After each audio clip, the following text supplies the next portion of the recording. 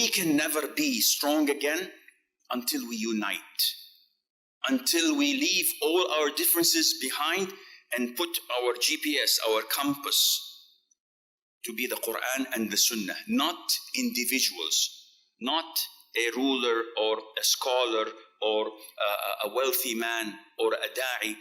Our compass is the Qur'an and the Sunnah. If they follow the Qur'an and the Sunnah, we follow them. If not, we respect them, but Allah's religion is more worthy of being followed. Be steadfast.